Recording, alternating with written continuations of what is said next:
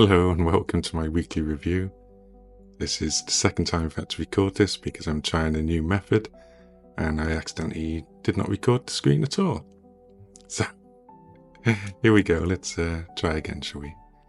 So last week I had no trades at all, so that was a bit disappointing, which I think led to my slightly poor decision on this trade here.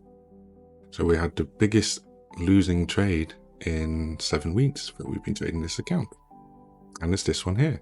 We lost $570, I think, something like that, whereas my biggest loss before that was about $72 or thereabouts. So you can see we're on CAD JPY, and it was Monday, coming into Monday, so I hadn't had any trades the week before, so I think a little bit eager to take a trade.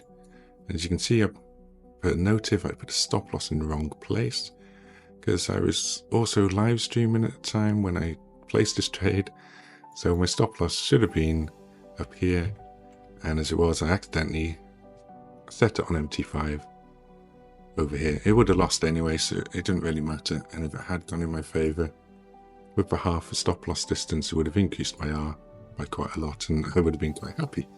But as it was, it didn't, so that's fine.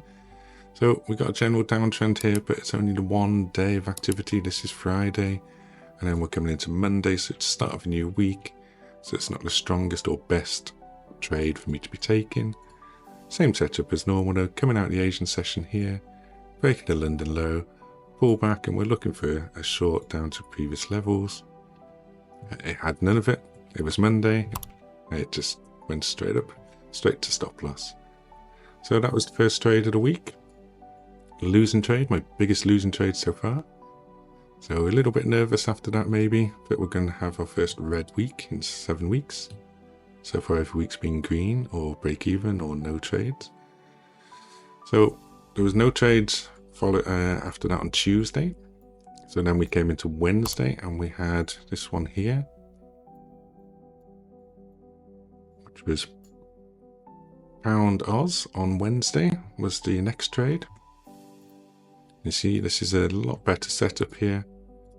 We got 2 days of downtrend, forming a nice down channel. Came out the Asian session in the London for a break and retest to previous low targets. And the only thing I didn't like about this particular trade was the momentum at which it pushed down here on this candle, which generally means you're going to get a V shape back to the top. But I was okay with that, because I thought it'd come in here and pick me up, which it did. It came up and picked me up. But once we got down to these equal lows, it rejected and went for the stop loss. I was already out of the trade by then, so we were all good, making around about 1 hour, a little bit less I think it was. I'll tell you why I closed that trade in a minute. And then we had one more trade after that, which was New Zealand dollar, also on the Wednesday. This was a long trade, and as you can see, same again, we had the 2 days of general uptrend. Came out the Asian session here into London, breaking up. Looks like we entered a little bit later than what we would have wanted. And then we closed this trade a little bit early as well. As you can see, it could have ran a lot further, and I closed it here. And the reason I closed both of these trades a little bit early, I mean, the Pound Oz one was at equal lows. It had already reached previous levels, so it was getting riskier anyway. And this trade was running at 0.88 hour or somewhere around about there. So the combination of the two more than offset the loss from CAD JPY on Monday. I think this one basically completely offset it. So then this trade was just anything around, and this one was just profits for the week. So that was it. That was the reason I closed them. We had a full losing trade, followed by 2 partial wins, which offset the losing trade and took me to a positive week. I can show you on the spreadsheet now. So this is the spreadsheet. As you can see, it's got the setup laid out on here, just as a little guide for me, although I should know what I'm doing by now. And then this is week 1, week 2, week 3, week 4, week 5. The week 6 was last week, and there was no trades taken, so I didn't do a weekly review video because it'd be really short. There's no trades taken on that account. And then this is week 7, which we just discussed, with the 3 trades here. We got the CAD JPY, which was the biggest losing trade in 7 weeks, $570 lost, partially because I took it on a Monday possibly, so it didn't have 2 days established for the downtrend, and probably a little bit because I didn't have any trades the week before, so I was eager to get in, I think. So those two things combined gave me a nice -1, which happens. So as you can see, biggest loss before that was 64, 72, 56, 570.